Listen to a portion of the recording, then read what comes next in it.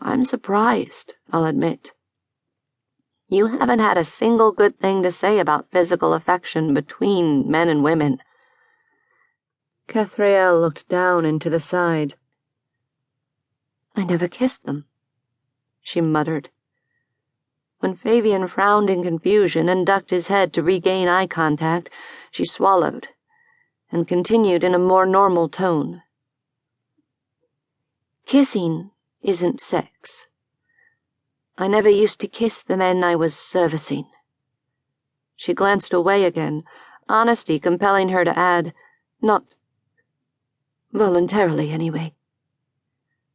Fabian breathed out softly, and she clenched her jaw. Those forced kisses had always been far worse than any other perverse degradation she'd participated in for money. Sweaty hands wrapped in her hair or gripping the back of her neck. Foul breath suffocating her as a slimy tongue forced its way into her mouth. It always sent her awareness scurrying into the hidden places in her mind within seconds. Sometimes she lost entire hours that way. Only a blank space in her memory and a sense of rage left behind when she came back to herself. Fabian's forehead came to rest gently against her own. Oh, Kath, he said, as if she'd just told him the saddest story he'd ever heard. The tips of his fingers came up to brush against the left side of her face, trailing over the twists of scar tissue with a pressure so light she could barely feel it through the damaged flesh, for all that the gesture brought the burn of tears to her good eye. He tipped up her chin with the barest suggestion of a touch, and she followed, stretching forward until her lips brushed his a second time.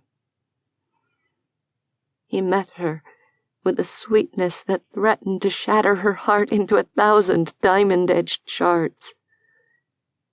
His lips were dry, a bit chapped.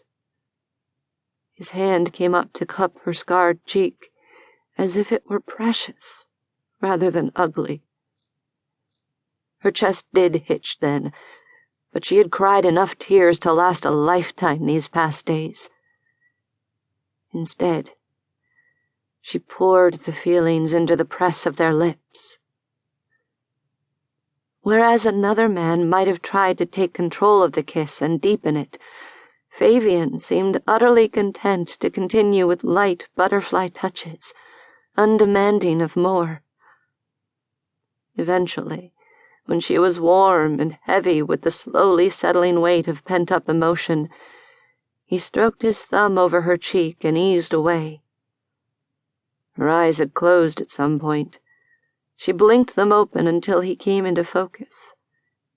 Pale-skinned and golden-haired in the flickering firelight, his blue eyes were as bottomless as the ocean.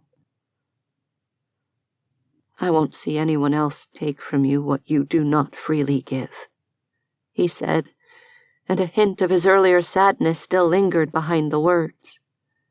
Never again, Kath. Not ever. Are you going to be my protector, Fabian? She asked, knowing that such ideas were the province of youthful foolishness and naivety. Wishing, in this moment, that they were not. I think, Fabian said after a beat, that you are perfectly capable of being your own protector. But I fully intend to be the person who proves to you that you are deserving of protection. She stared at him in silence,